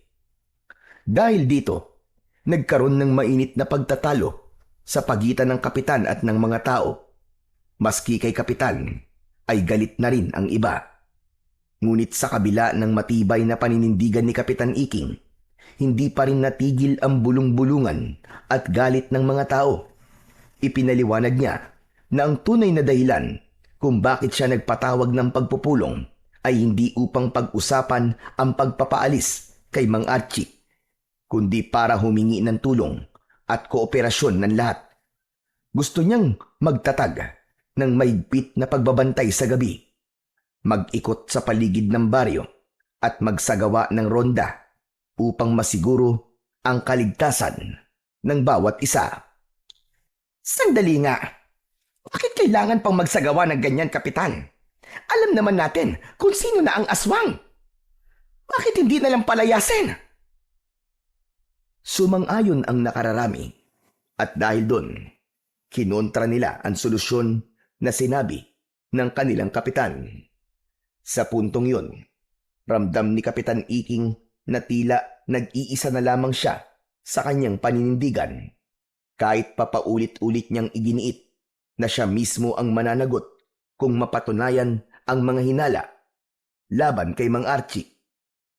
Ngunit nanatiling sarado ang isip ng nakararami. Ang takot at galit ang nangibabaw sa kanila at hindi na pinakinggan ang kanyang paliwanag. Natapos ang pagpupulong na walang napagkasunduan. Umalis ang mga tao sa plaza na galit habang si Kapitan naman ay nag-aalala sa maaaring kahihinatnan ng sitwasyon, lalo na kay Mang Archie na itinuring ng kaaway ng buong baryo. Samantala si Benjo ay hindi mapalagay. Sa isip niya, kailangan niyang malaman ang katotohanan. Gusto niyang patunayan kung totoo bang may kinalaman si Mang Archie sa mga aswang o kung napagbibintangan lamang ito. Kaya isang gabi, muli siyang nagmasid sa bahay ng lalaki. Tahimik siyang nagtago sa may likuran ng mga puno habang pinagmamasdan ang bawat kilos ni Mang Archie. Hindi nagtagal, may narinig siyang kakaibang iyak ng hayop mula sa gubat. Natigilan si Benjo. Nakita niyang biglang tumayo si Mang Archie at may kinuha itong punyal na nakasiksik sa dingding ng kubo. At saka inilabas mula sa kanyang leeg ang isang kwintas na may malaking medalyon. Kumislap ang medalyon sa ilalim ng sinag ng buwan. Dahan-dahang naglakad ang lalaki papunta sa gubat. Ito na yun. Malalaman ko na ang katotohanan. Aswang ka ba talaga o ano? Ano bang pakay mo dito sa baryo namin? Mabilis na sumunod si Benjo, bagamat maingat at hindi gumawa ng anumang ingay. Hindi siya nakaligtas sa matalas na pandinig ni Mang Archie. Sa biglang paglingon nito, nahuli siya ng lalaki. Hoy ikaw! Anong ginagawa mo rito, ha? Bakit mo ko sinusundan? Ha? Gusto kong malaman kung totoo bang ikaw nga ang aswang. Baliw ka ba? Kung aswang ako, kanina pa kita pinatay. At kung totoo ngang aswang ako, sa palagay mo ba, kailangan ko pa ang punyal na to? Sige na, umuwi ka na. Delikado rito sa gubat. Baka makasagabal ka lang sa misyon ko. Misyon? Anong misyon? Sabihin mo nga sa akin. Huhulihin ko at papatayin ng aswang na nagkalat dito sa baryo nyo. Ano? Mga aswang? Anong ibig mo sabihin? Hindi lang isa. Hindi lang dalawang aswang na narito. Isang grupo sila. Mga halimo na dapat mapuksa bago pa sila makapatay ng tao. Yun ang misyon ko. At yan ang rason kung bakit ako bumalik dito sa baryo. Napatitig si Benjo kay Mang Archie at sa unang pagkakataon ay naramdaman niyang nagsasabi ito ng totoo. Ngayong alam ko na, Mang Archie, gusto kong sumama sa'yo. Kasama mo ko na laban sa mga aswang na yan. Baliw ka nga talaga. Mana ka sa nanay mo. Umalis ka na nga. Laban ko to. Ayoko nang istorbo. Hindi, Mang Archie. Baryo namin to. Responsibilidad ko rin to. Hindi ako pwedeng manahimik. Hindi ako pwedeng walang gawin. Alam ko, may maitutulong ako. Anong magagawa mo? Isa ka lang ordinaryong binata. Bakit ikaw, Mang Archie? Ano ka ba? Isa akong antingero. Isang manunugis. Kaya kong harapin ang mga aswang. Matagal na akong manunugis ng mga halimaw na kagaya nila. Ikaw, wala kang alam. Hindi mo batid kung gaano sila kalakas at kadelikado. Basta, kahit anong sabihin mo, sasama ako. Tutulungan kita. Hindi pa natatapos ang kanilang pagtatalo, ay bigla silang natigilan. Nang biglang may lumitaw sa itaas ng puno, isang nilalang na may malaking pakpak na parabang sa paniki. Mapupula ang mga mata nito at may buhok na magulo. May mahaba rin itong mga kuko. Diyos ko! Aswang! Mabilis na kumilos si Mang Archie. Hinugot niya ang kanyang mahiwagang punyal mula sa kanyang bewang at mahigpit na hinawakan yun. Pagkatapos ay itinapat niya ang talim sa medalyon na nakasabit sa kanyang leeg. Pumikit siya at umusal ng mabilisang orasyon. Sa mismong sandaling yun, biglang kumislap ang medalyon. Hindi isang ordinaryong liwanag ang lumabas, para itong isang matalim na sinag. Dumaloy ang sinag, papunta sa talim ng punyal at mula roon, ay tumama ito ng diretso sa nilalang na nakadapo sa puno. Kasabay ng pagtama nito, isang nakapangingilabot na sigaw ang pinakawalan ng aswang. Halos mabingi si Benjo at si Mang Archie. Delikado ito. Nagtatawag na siya ng mga kasama. Sige na, Benjo. Umalis ka na. Pero umiling si Benjo kahit nanginginig ang tuhod at pawisan. Dahil sa nervyos ay hindi siya umatras. Hindi, Mang Archie. Sabi ko sa'yo, tutulong ako eh. Mamamatay ka rito, Benjo. Kahit na, tanggap ko yun. Haharapin ko to. Kesa naman sa habang buhay ako nabubuhay sa takot. Lumipad ng mabilis ang nilalang. Pababa, diretsyong sumugod kay Archie. Sa lakas ng hampas ng pakpak nito, napayuko silang pareho. Umalis ka na! Hindi mo to laban! Sige na! Pero tumakbo si Benjo at dinampot ang isang matulis na kahoy sa lupa. Kahit takot na takot, itinutok niya ito sa nilalang na lumilipad. Lalong tila ng gigil ang aswang. Muling lumipad ng paikot-ikot sa itaas na parabang nagmamasid at naghahanap ng tamang pagkakataon. Si Archie naman, kalmado lang at nakatingin sa kalaban. Ang medalyon sa kanyang leg ay patuloy na kumikislap. Bumaba ka dyan, demonyo ka! Maglaban tayong dalawa! Muling nagpakawala ng nakakabinging sigaw ang aswang. Sabay mabilis na lumusob muli. Sa pagkakataong yun, magkasabay na kumilos si Mang Archie at si Benjo. Unang tumama ang hawak na matulis na kahoy ni Benjo. Nasaksak niya ang aswang sa dibdib. Agad na bumulwak ang itim na dugo mula sa sugat at sa bibig ng aswang. Nanlisik ang mga mata nito at pilit pa ring umungol. Subalit, unti-unti itong nanghina. At bago pa tuluyang bumagsak, pumaling ang ulo ng nilalang at bumuka ang bibig nito na parang gustong sumigaw, ngunit puro impit na ungol na lamang ang lumalabas. Sa huli, bumulagta itong nakatihaya. Agad na lumapit si Mang Archie sa halimaw at sinaksak pa ang aswang sa dibdib nito, direkta sa puso. Isang apoy ang biglang lumitaw sa katawan ng kalaban at sinunog siya nito hanggang sa tuluyang naging abo. Teka, Mang Archie. Paano mo yung ginawa? Paano mo nasunog ang aswang? Dahil yun sa medalyon ko. Ito ang tinatawag na medalyon ng San Miguel Arcangel. Ang galing! Pero hindi ba mas magaling ako? Kasi napatay ko ang aswang na yan, maski wala akong ganyan. Sabi ko naman sa'yo kaya kong lumaban. Makakatulong ako. Huwag kang masyadong magmalaki. Hindi pa tapos ang laban. Kung ako sa'yo, umuwi ka na. At huwag ka nang makisali pa. Ngunit muling tumanggi si Benjo. Dahil doon ay biglang hinawakan ni Mang Archie ang bewang ng binata at binitbit ito na parang hayop lang. Walang kahirap-hirap sa kanya ang pagbubuhat sa binata.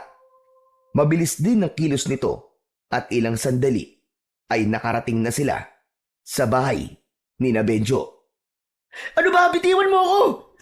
Ano ba?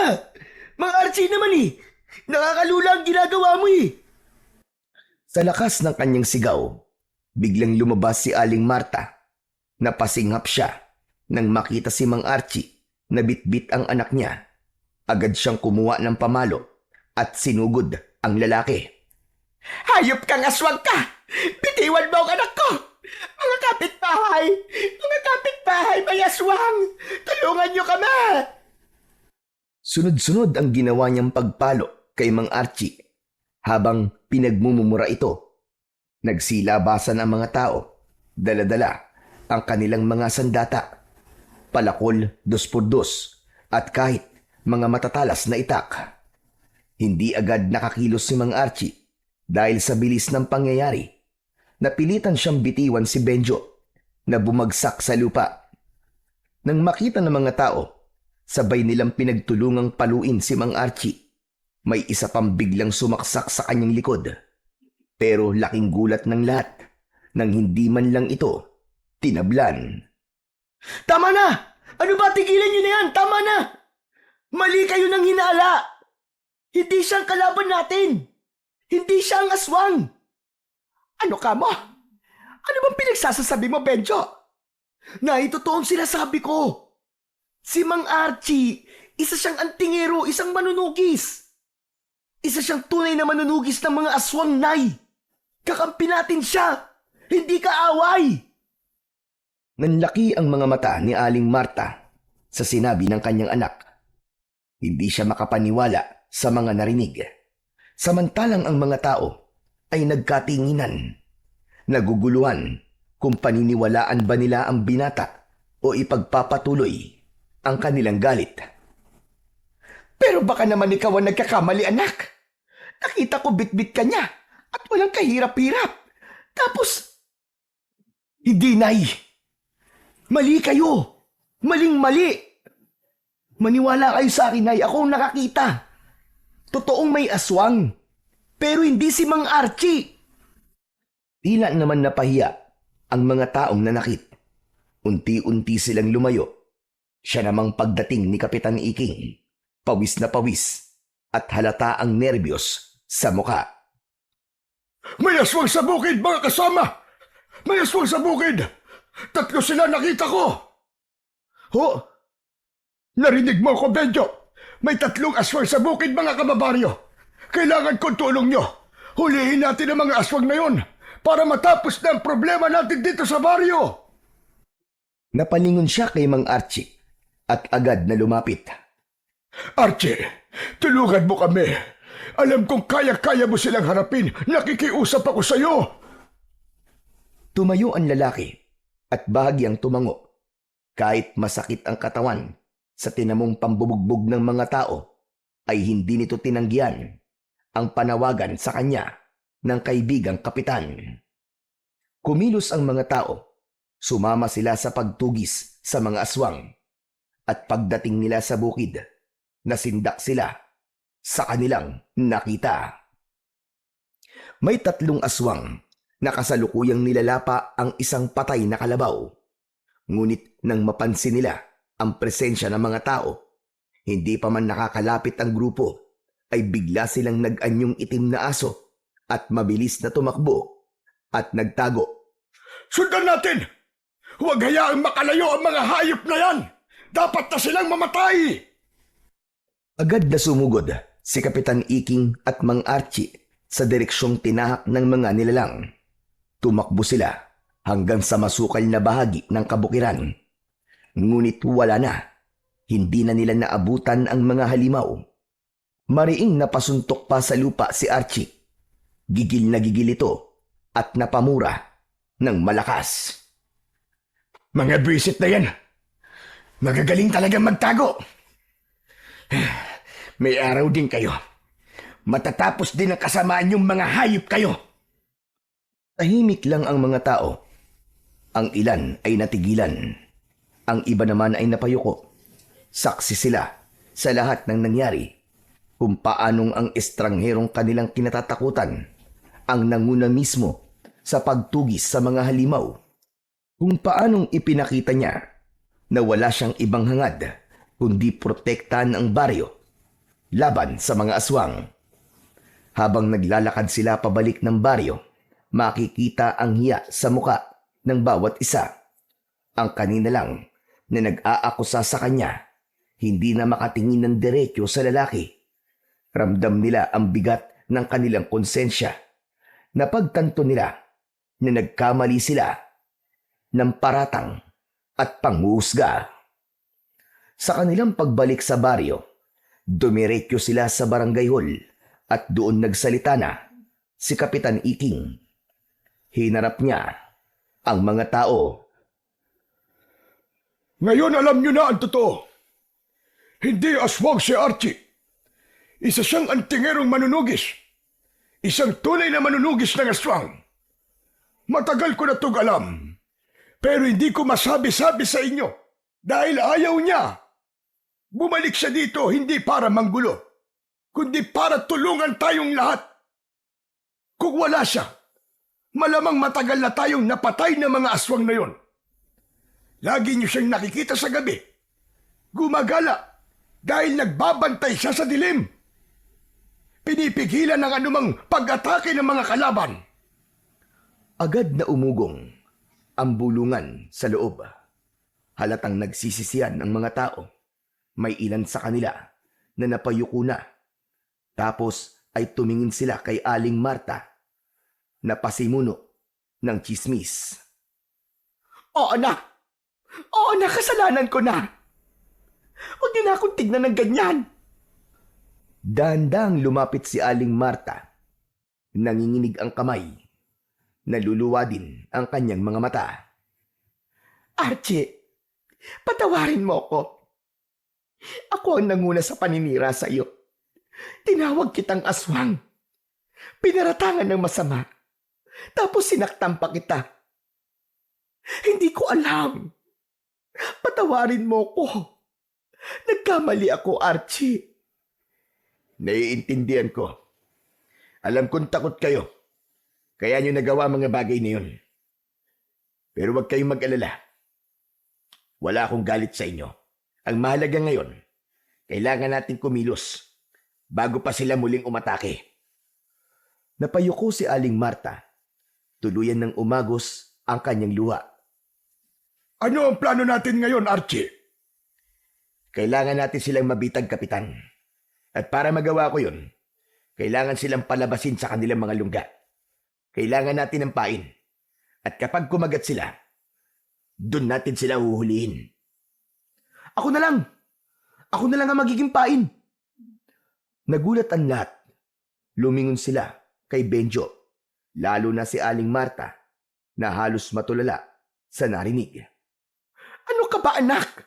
Huwag mong idadamay ang sarili mo sa gulo na to. Wala kang laban sa mga halimaw na yan. Nay, kaya ko to. Hindi ako basta nagpapadala sa takot. Alam mo ba nakapatay ako ng aswang kanina, Nay? Kasama ko si Mang Archie. Napatay ko yung aswang gamit ang matulis na kahoy. Kaya kong tumulong. Alam ko yun. Ano ka mo? Totoo ba yan, Benjo? Nakapatay ka ng aswang? Oo, Nay. Hindi ko rin nga po inakalang magagawa ko yun pero nagawa ko. Kaya nating lumaban, mga kasama, maniwala kayo. Kaya gawin na natin to. Habang may panahon pa, magtulungan tayong patayin ng mga aswang na yon. Hindi, anak. Hindi ko kayang isugal ang buhay mo. Ikaw na lang ang meron ako. Ikaw lang ang anak ko. Wag, anak. Wag. Huwag ka mag-alala, Marta. Hindi ko siya pababayaan.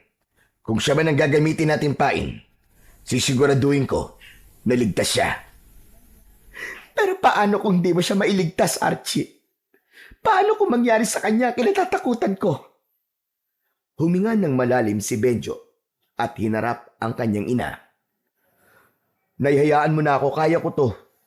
Hindi na ako bata. Hindi na ako minor de edad. Para hindi makapagdesisyon para sa sarili ko. Ito ang gusto kong gawin, Nay. Hindi lang para sa akin, kundi para sa baryo natin. Kung hindi tayo kikilos ngayon, mas marami pa ang peperwisyoin ng mga aswang na yun. Hindi tayo matatahimik. Umiyak si Aling Marta at napaupo habang hawak ang dibdib. Anak! Anak, wag naman! Lumapit si Benjo at niyakap ang kanyang ina.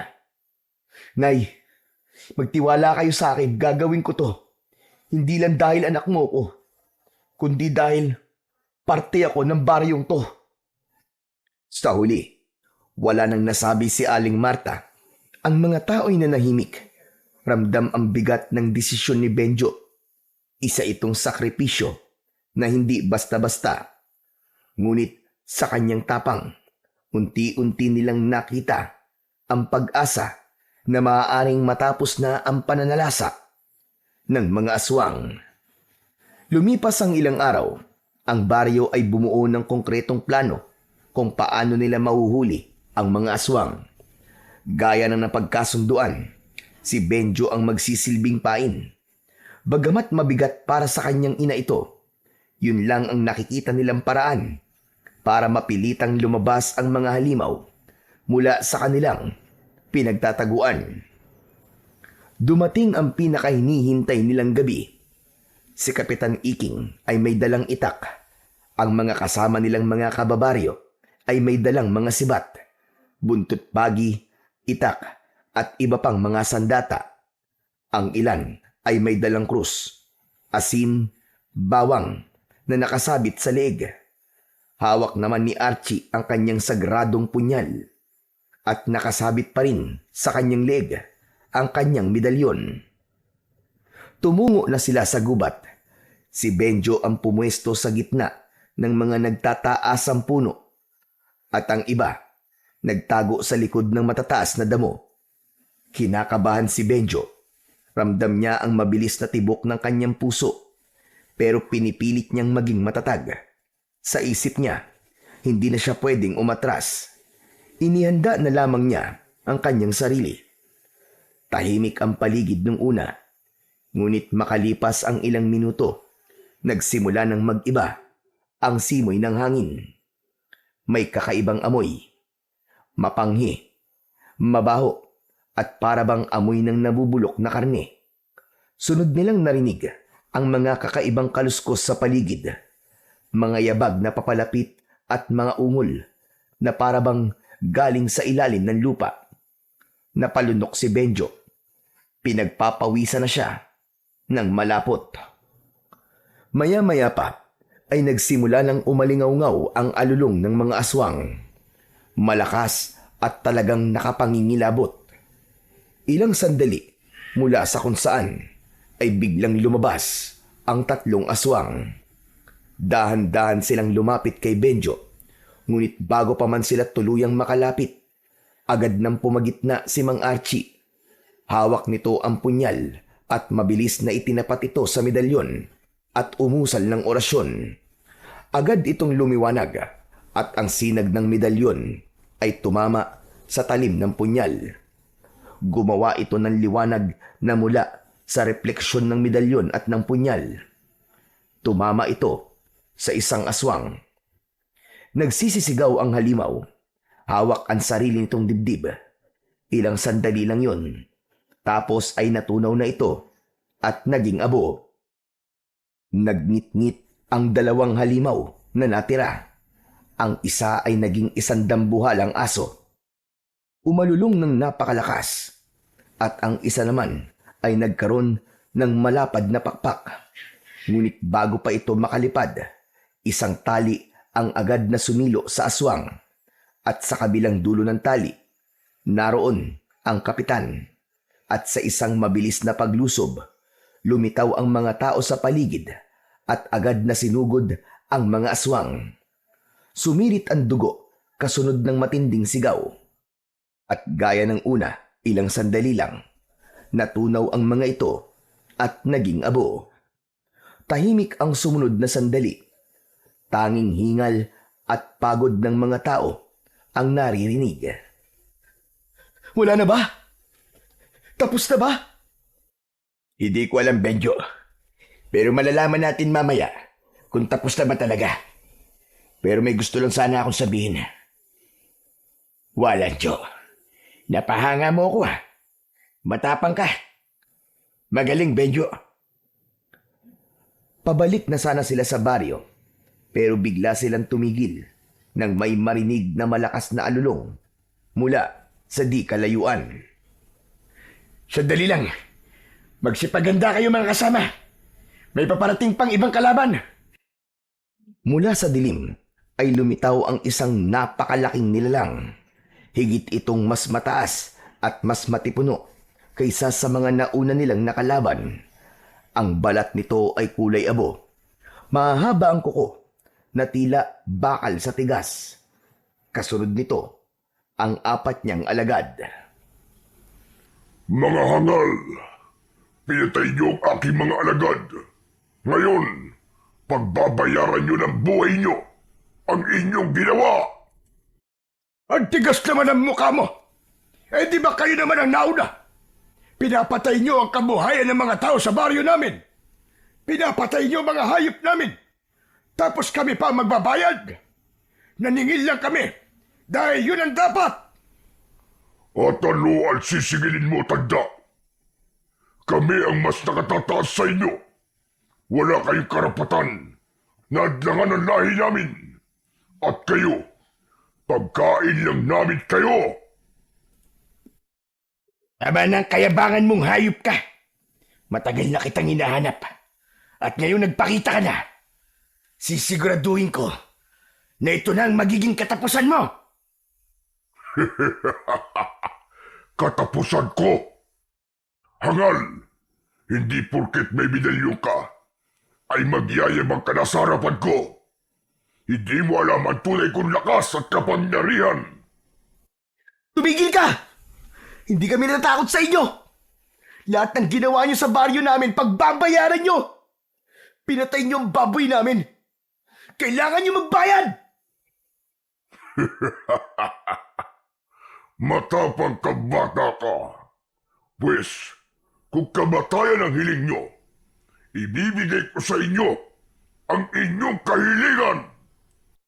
Napaatras ng konti ang mga tao dahil sa banta ng pinuno ng mga aswang. Ngunit pumagitna na sa kanila ang kanilang kapitan. Mga kababaryo, huwag kayong matakot. Huwag kayong panghinaan ng loob. Tandaan nyo, nasa panig natin ang kabutihan. At ang kabutihan kailanman hindi nagagapi ng anumang uri ng kasamaan. Hangal, ang dami mo sinasabi. Muling umalingaw-ngaw ang malakas na alulong ng pinuno ng mga aswang at kasabay noon ay sumugod ang kanyang mga alagad. Agad na kumilos ang mga tao. Bawat isa'y hawak ang sandata nila. Sabay-sabay na sumigaw para palakasin ang loob ng bawat isa. Sumugod ang isang asong aswang kay Benjo. Mabilis na pinulot ni Benjo ang kanyang sibat at sinalubong ang halimaw. Mabilis na naisaksak niya ito sa tagiliran ng aswang. Si Kapitang Iking naman ay nakorner ang isang aswang at gigil na pinagtatataga ito hanggang sa mamatay. At ang may pakpak na aswang naman ay lumipad sa itaas at sinugod si Mang Archie. Ngunit bago pa siya nito masaktan, biglang umilaw ang medalyon at nabulag nito ang mata ng kalaban. Dahilan para ito ay magpaikot-ikot sa itaas hanggang sa tuluyang bumagsak. Nangisay bago tuluyang natunaw. Nang makita ng pinuno ang pagkatalo ng kanyang mga alagad, umalulong ito ng napakalakas. Biglang lumakas ang ihip ng hangin at mas lalong dumilib ang paligid. Hindi niyo ako matatalo. Ako ang pinakamalakas. Ako ang hari. Ngunit hindi natinag si Archie. Sa halip, tumindig siya ng mas matatag. Hawak ang kanyang punyal at medalyon. Walang mas makapangyarihan kaysa sa liwanag ng may kapal. At ngayong gabi na to, matatapos na ang pag-ari-harian mo. Demonyo ka! Tumakbo ang pinuno. Handang sagpangin si Archie. Ngunit bago pa man siya makalapit, humarang si Benjo. Hawak ang sibat at buong tapang na sumigaw. Kung gusto mo siyang makalaban, dumaan ka muna sa akin! Nanlaki ang mga mata ni Archie. Benjo! Umatras ka! Huwag! Ngunit huli na. Mabilis na tinabig ng pinuno ang sibat at kinalmot ang katawan ng binatang si Benjo. Bumagsak ang binata sa lupa. Duguan. Dahil dito, nag-alab ang galit ng mga tao. Sabay-sabay silang sumugod sa pinuno ng mga aswang. Sinubukan ng halimaw na gamitin ang kanyang lakas at kapangyarihan. Ngunit nilamon siya ng dami at tapang ng mga tao. Unti-unti siyang nanghina hanggang sa mapaluhod. Duguan ng aswang dahil sa dami ng sugat niya sa kanyang buong katawan. Lumapit si Archie at walang pag-aatubili na sinaksak sa dibdib ang aswang. Direkta sa puso nito ay sa kanya inilapit ang medalyon. Sigaw ng sigaw ang pinuno ng mga aswang. Ngunit pagkaraan ng ilang sandali, hindi na niya nakayanan. Namatay ito at natunaw. Kumalat ang alikabok nito sa lupa. Napuno ng katahimikan ang paligid. Hingal na hingal ang lahat, pawisan at may ilan din na sugatan. Ang iba ay tumakbo palapit kay Benjo na nakahandusay at nangihina na ito. Kapit lang, Benjo! Kapit lang! Kaya mo yan! Huwag ka matutulog! Lumaban ka, iyo! Mga kasama, pasensya na. Naging pabigat ako. Huwag mo sabihin yan, iyo. Ikaw ang dahilan kung bakit nagkaroon ng lakas ng loob ang marami para lumaban. Kaya napatay ang pinuno ng mga aswang. Pero masakit po ang kirot, saka mainit ang mga sugat. Kakayanin ko po ba talaga to? Kaya mo, Benjo. Kaya mo yan. Malakas ka. Huwag kang bibitiw. Lumuhod si Mang Archie. Inilapit ang kanyang medalyon sa sugat ni Benjo. Kumislap ito at dahan-dahang lumabas ang itim na dugo mula sa sugat. Wala nang kamandag ng aswang. Ayos ka na. Magpalakas ka na lang at magpagaling ng iyong sugat. Salamat po, Mang Archie. Tumayo si Mang Archie at tinignan ang mga tao. Wala na sila. Wala na ang mga aswang. Tapos na ang bangungot. Malaya na kayo. Malaya na muli ang baryo nyo. Nagunahan ang mga tao sa pagpalakpak. Ang iba'y napaluwa habang niyayakap ang kanilang mga mahal sa buhay. Tagumpay tayo, mga kasama. Hindi nila kayang talunin ang pagkakaisa natin. Ligtas na muli ang ating baryo. Sabay-sabay namang umalingaw-ngaw ang sigaw ng mga tao. Puno ng tuwa at pag-asa.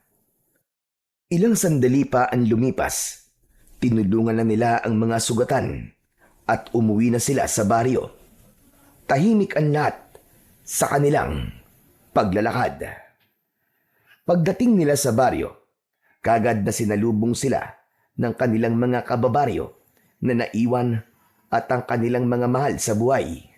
Nagyakapan ang mga magkakapamilya at halos lahat ay lumapit kay Archie at nagpasalamat.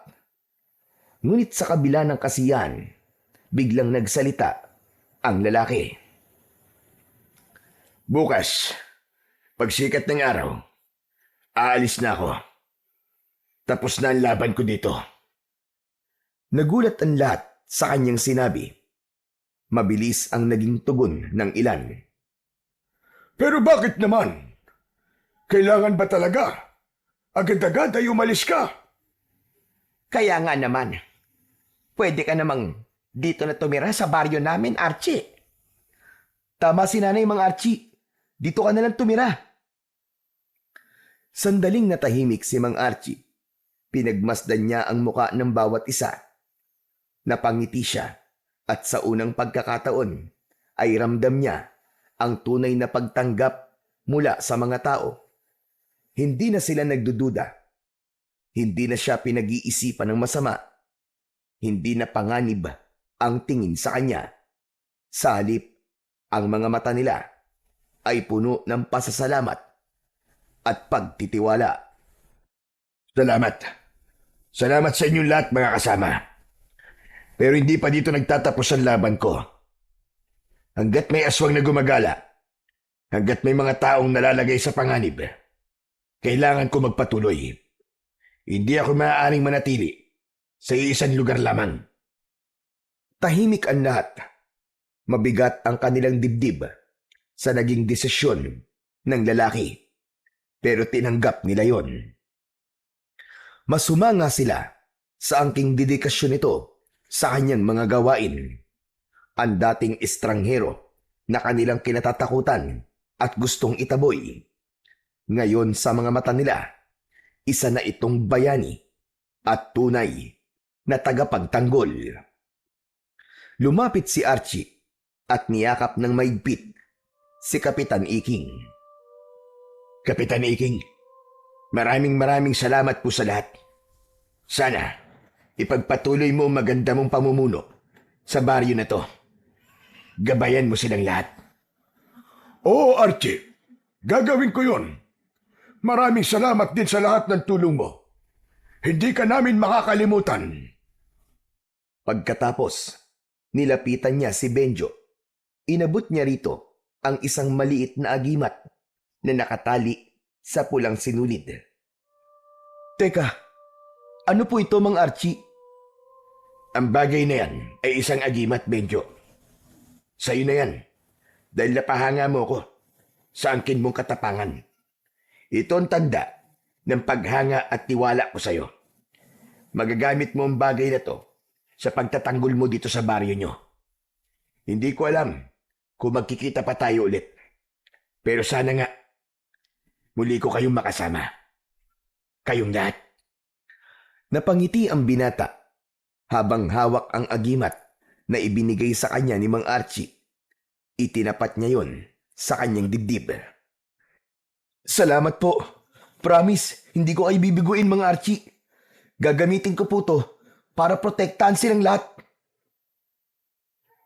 Magaling. Maging matatag kayo.